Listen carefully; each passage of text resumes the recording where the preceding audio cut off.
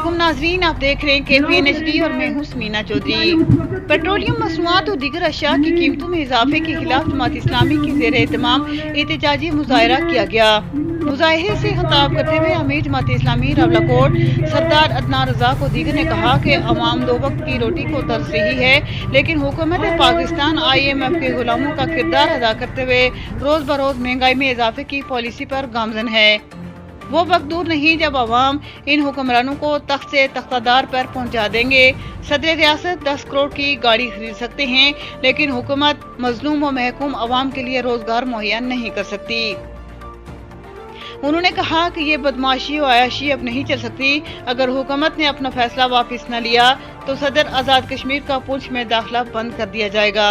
इस मौका पर साबिक उम्मीदवार कानून साज असम्बली सरदार क्यूम अफसर ने खिताब करते हुए कहा कि हुक्मरान अपने आयाशियों में मस्त हैं और अवाम सरापा एहतजाज है। रावलाकोट की मिसाल के हल के लिए धरने और मुजाहरे हो रहे हैं, लेकिन मेंबर असम्बली और ना हुकूमती नुमाइंदे इसको सीरियस ले रहे हैं। अगर हुक्मरान तबके की यही रविश रही तो अवाम के हाथ होंगे और हुक्मरानों के गिरबान होंगे। मुकर्री ने कहा कि अगर धरने में बैठे लोगों के मुतालबात ना माने गए तो किसी भी रास्त इकदाम से गुरेज नहीं किया जाएगा। मजीद न्यूज अपडेट्स के लिए देखते रहिए KPNHD।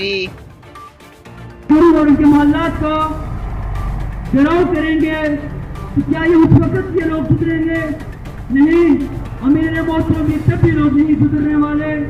हमने इन लोग पाकिस्तान के लोग, पूरे कश्मीर के लोग इन अयाश पर हुक्मरान के खिलाफ क्यों नहीं बोलते? आए रोज इनके नोटिफिकेशन चेक करें अपने लिए।